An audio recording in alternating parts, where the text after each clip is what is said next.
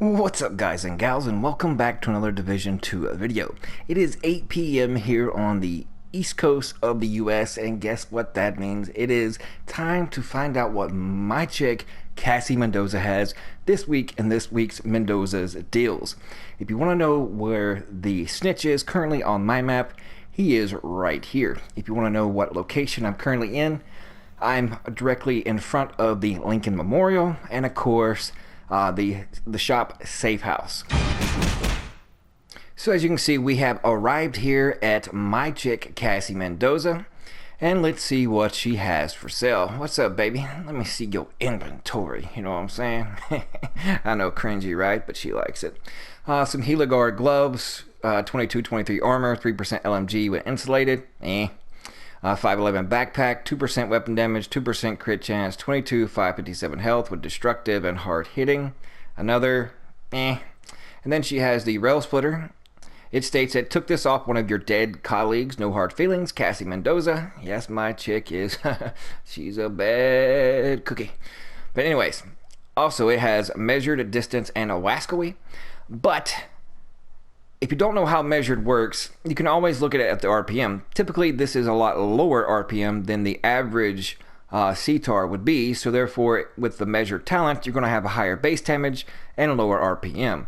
Now, the other part of the magazine will have a much higher RPM, but lower base damage. So if you went to go pick this up, keep that in mind. You can kind of compensate with Allegro here, but as you can see, even though the gear score is 500, it is kind of still low on the base damage. But as I stated in yesterday's video, you know, one man's trash is another man's treasure.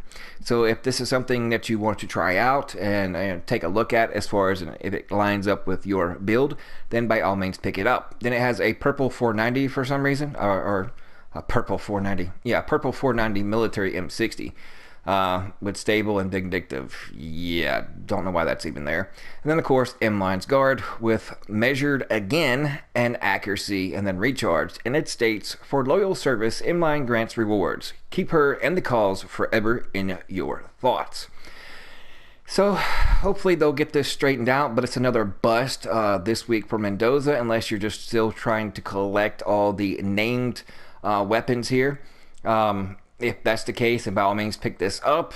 But in my opinion, they need to get these vendors straightened out, because right now it seems like the devs are out of touch with the game and its community because their vendors are ass backwards. And I'm just going to talk with you for a moment. I hope you don't mind my rambling. But what is the point for having a level 30 clan doing all that grinding to level it up for nothing? It's like getting kicked in the nuts if you're a dude.